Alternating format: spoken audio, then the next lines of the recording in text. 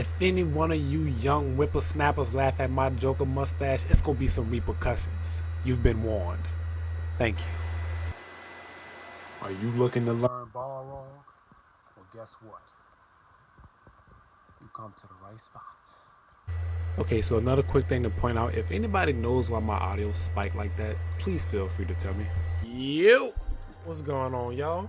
It's the kid sauce himself, SFV, back at you with another video, continuing on with the Balrog series tutorial videos. Today's video,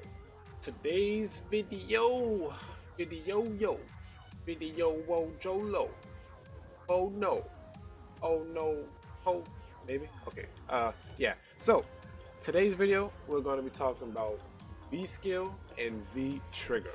Today's conversation is mainly going to be on the uses for V-skill 1, V-skill 2, trigger 1, and trigger 2, and when I switch between each V-skill, V-trigger set, depending on who I go against.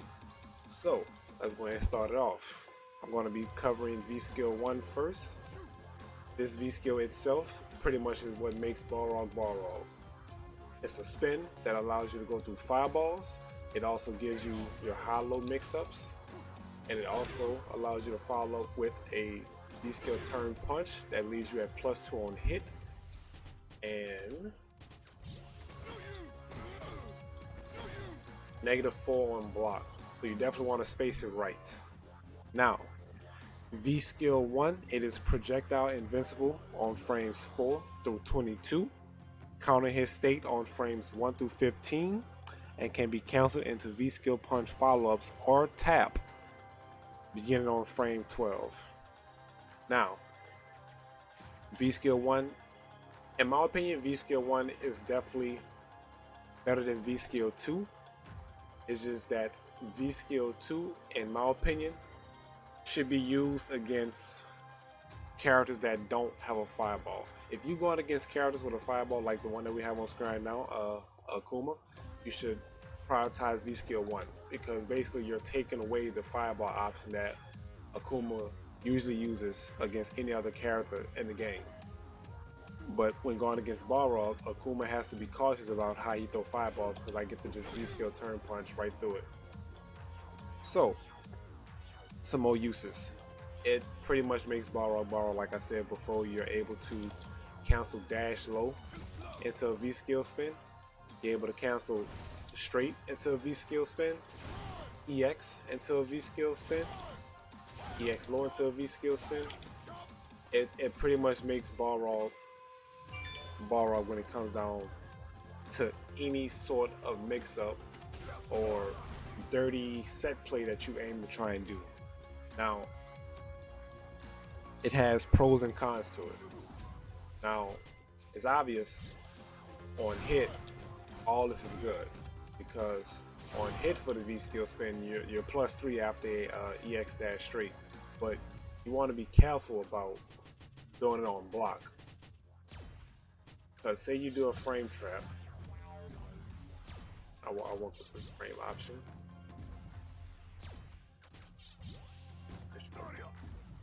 This is with every video, like why do I not have a 3-frame option set? Okay, there we go. Now, you want to be careful with doing dash cancel with V-skill 1 after a button, after any button, because you're always negative. You're always in the situation of being punished. So this is a good conditioning tool to see if your opponent respects the mix-ups, or will they actually be able to react to the spin. So on hit, all mix-ups are true. When it comes down to them being blocked, you have to be cautious because you're able to get punished. Now, here's a couple tech situations where V-skill 1 definitely shines at. Now, this is why I say you should always use V-skill 1 against fireball characters. I'm gonna make 2 separate recordings. One is gonna be Akuma throwing a regular fireball, and I set him to block. And the second recording is going to be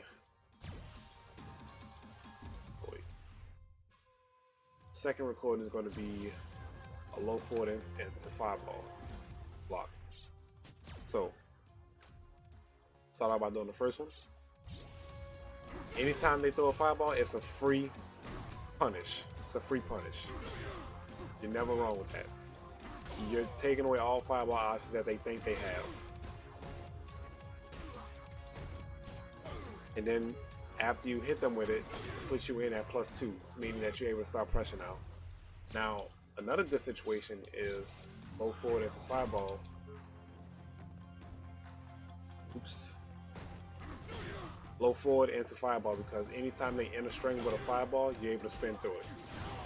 Because it's not a true string for them to do that.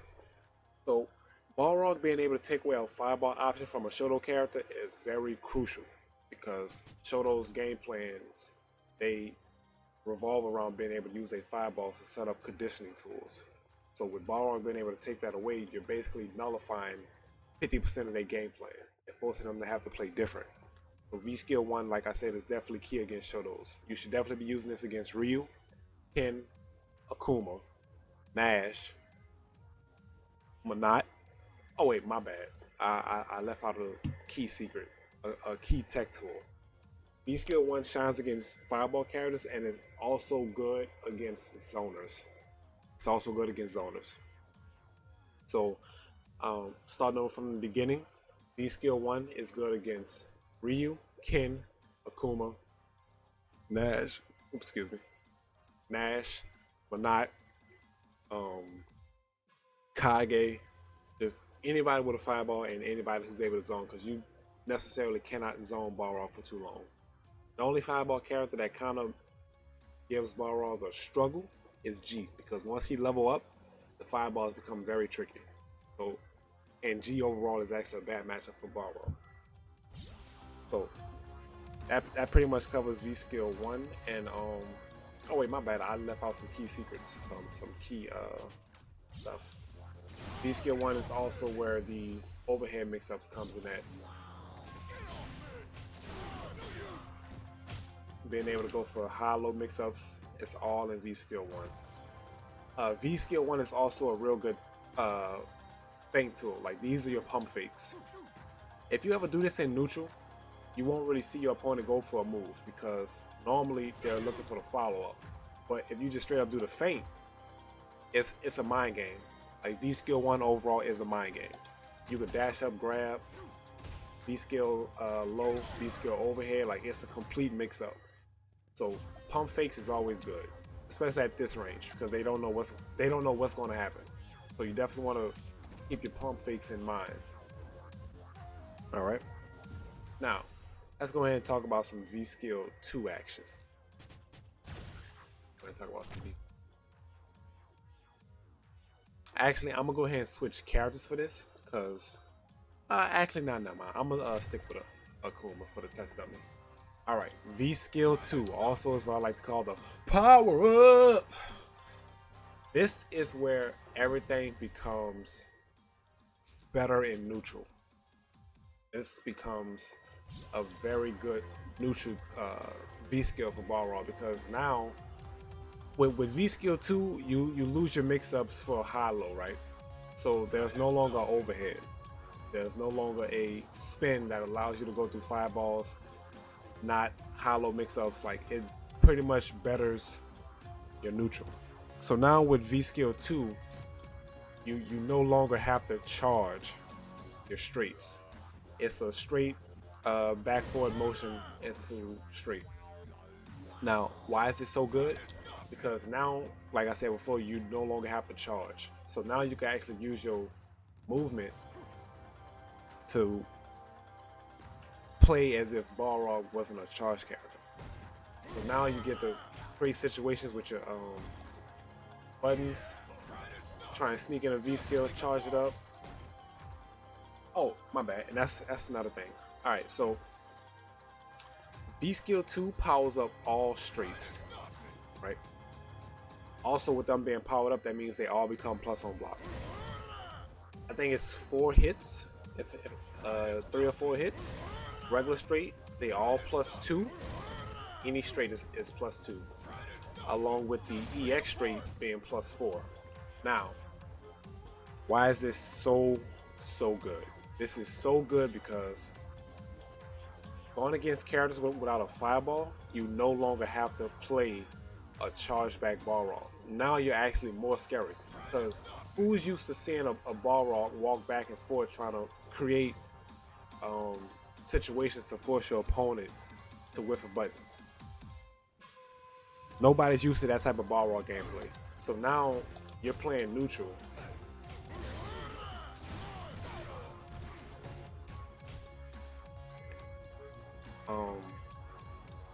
And it's basically just a different game plan for Balrog overall.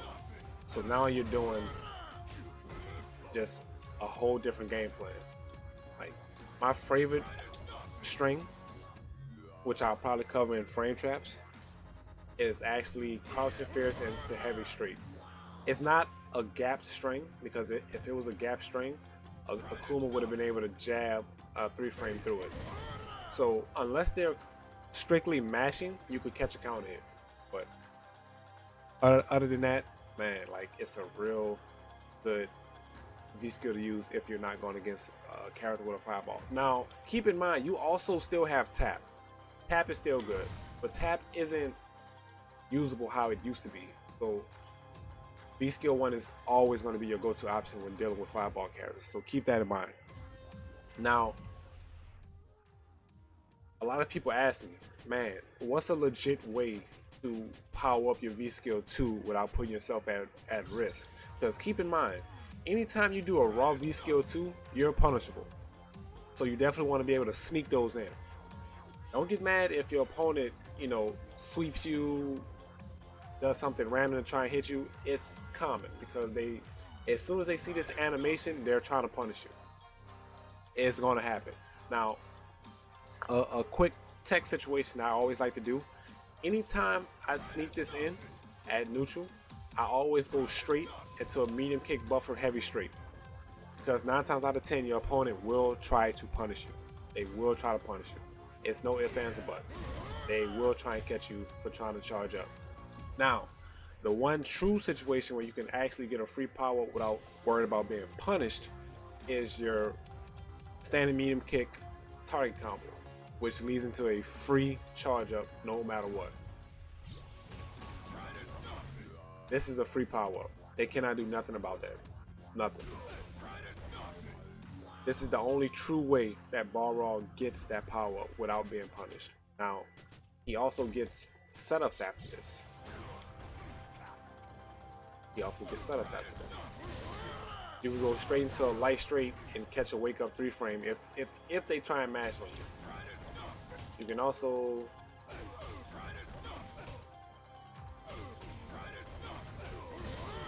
You can also micro step forward and get the crouching medium punch, but you have to actually slightly micro step in order to get it. So it's definitely good. If I've had several people tell me that they never actually used V skill 2, but trust me, the V skill is really worth it. Like, it gives Balrog a whole new game plan, a whole new way to play the game when using this V skill.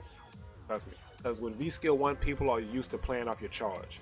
So they're slightly walking you down, trying to get within your light straight range to try and force you to misspace it and cause you to put you at punish rate. Well, put you at punishable state, range, whatever. Y'all get what I'm trying to say. Anyway, so yeah, that pretty much covers V skill 2. All your straights are powered up. You no longer have to charge it. It's a back forward motion move that comes out on input. All your straights are plus. EX straight is plus form block. It's a real good V skill. Trust me, y'all. It's really worth it. Now, let's talk about some V trigger 1. Talk about some V trigger 1. V trigger 1, man. So much to cover in this situation. You get 5 records, and with those records, you can cancel it at any given time into turn punch and leaves you at +2 on hit. Now, here's the thing about V trigger one that a lot of people haven't really noticed is that when your opponent is blocking them, when your opponent is blocking them, they're able to 3-frame you at any given time if you decide to go for a raw, empty V skill spin. You're -5. You're -6. -6. You're never in the right for trying to raw V skill spin during a block string where your opponent is actually blocking it. You're never in the right.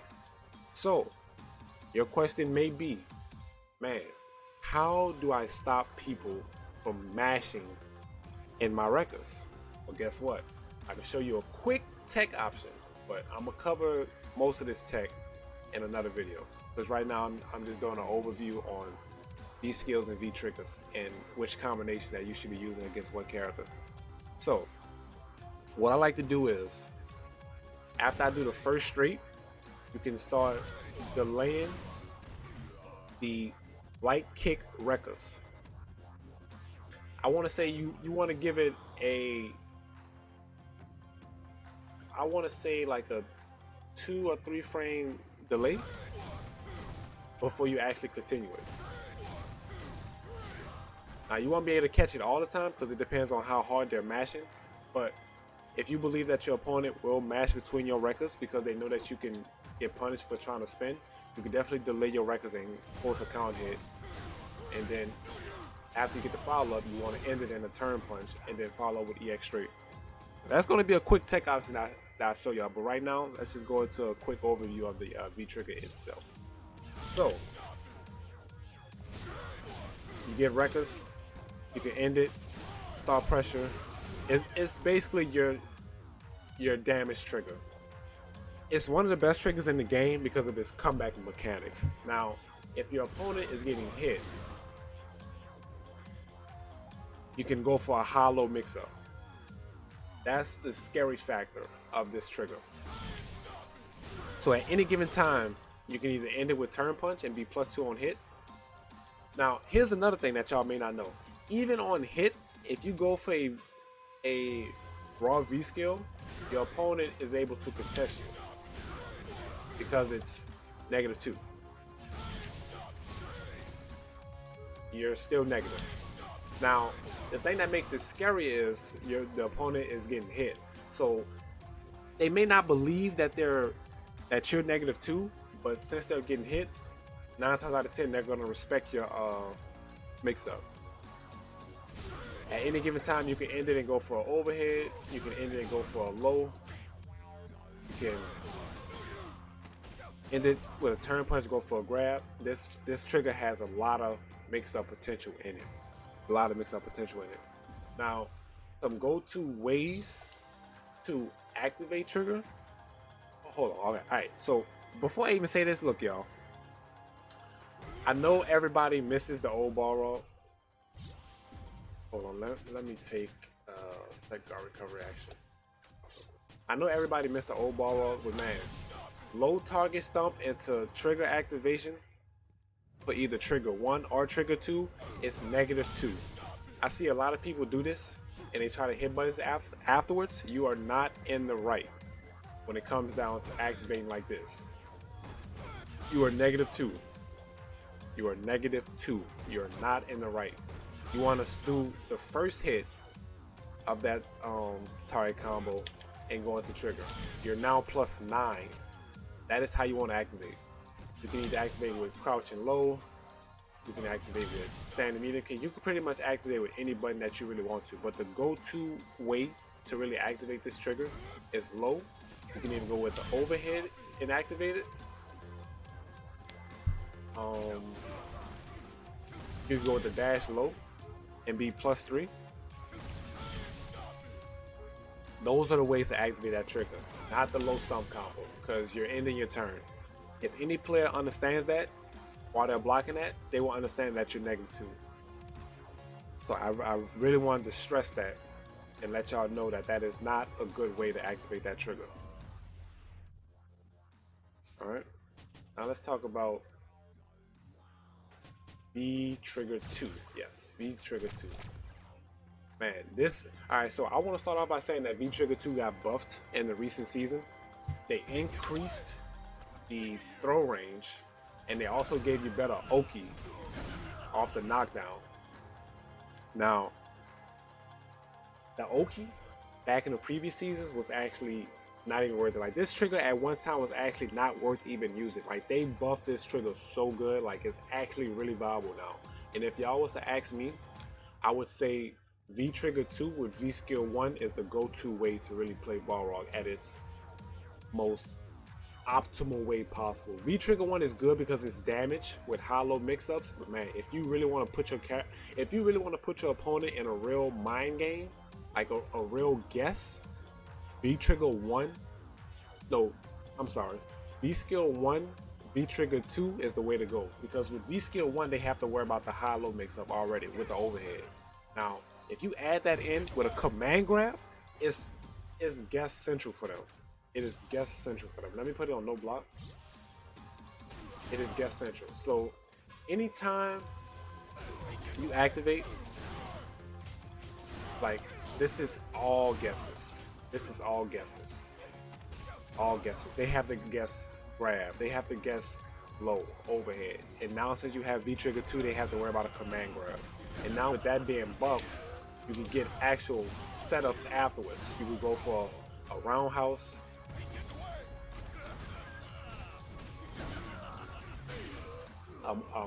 I'm sorry, a micro step roundhouse. You can actually go for another command grab. A micro step command grab. I'm sorry, I suck. I suck. Yes, and the opponent is waking up 3 frame. He is waking up 3 frame. So this V trigger 2 got buffed so good, y'all. So let me go ahead and tell you about some combos that I do when it comes down to trigger setups. Now, if I'm feeling like I don't feel like trying, I feel like just playing Balrog, I go with V skill 1, V trigger 1. Like, that's never a bad setup that you could go with. Like, that's always the meta for Balrog. That is the Balrog that we all know. V skill 1, V trigger 1. Now, if you feel like playing optimal build Balrog, V skill 1, trigger 2 is really good. It's really good. The mix-up potential is so strong with that V skill, V trigger setup.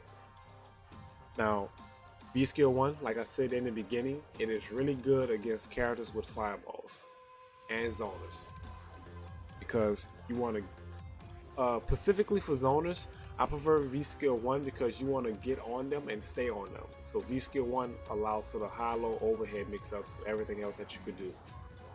V skill 2, V trigger 2. Now, I never use V skill 2 trigger 1 because of the fact that you're powering up the record straits, but there's no high-low mix-ups. It's just straight damage. Like, it's good if you're looking for damage output, but if you're like, besides that, it's like, that's basically it. It's just straight damage. So in my opinion, it's not worth it. V trigger 2 is what I like to use with V skill 2, because you gotta think about the fact that your straights are already powered up, and now if you decide to do a powered up straight, right? A powered up straight, I am now point blank range, and now you have to worry about a command grab. You're either going to guess a command grab, the low, or the overhead. You are now put in a real mix that you have to guess your life. So yeah, y'all, trust and believe. V skill 2, V trigger 2 is the way to go, if you ask me. So that pretty much covers this video, y'all. If y'all have any questions or feel like I didn't cover something, please put it in the comment section below, and I will answer your questions to the best of my ability. Make sure y'all hit that like and subscribe button for more follow-up videos, because my next video will be frame traps. I know a lot of people have been waiting on that. People want to know the difference between what frame traps to do against 3-frame characters and what frame traps to do against 4-frame characters, and I will be covering that covering that in the next video, y'all. So hit that subscribe button to stay updated with what I do. And yeah, y'all, I will see y'all in the next video. Love y'all and take care. And there it is. There it is, ladies and no. There it is, ladies and gentlemen. There it is, ladies and gentlemen. Another video. Make sure you like, comment, and subscribe. If you have any comments, any feedback that you would want me to know, make sure you drop it down in the comment section below. Don't be scared to tell me anything. I'm open to anything. Everything is very appreciated. Stay tuned for the next video, y'all.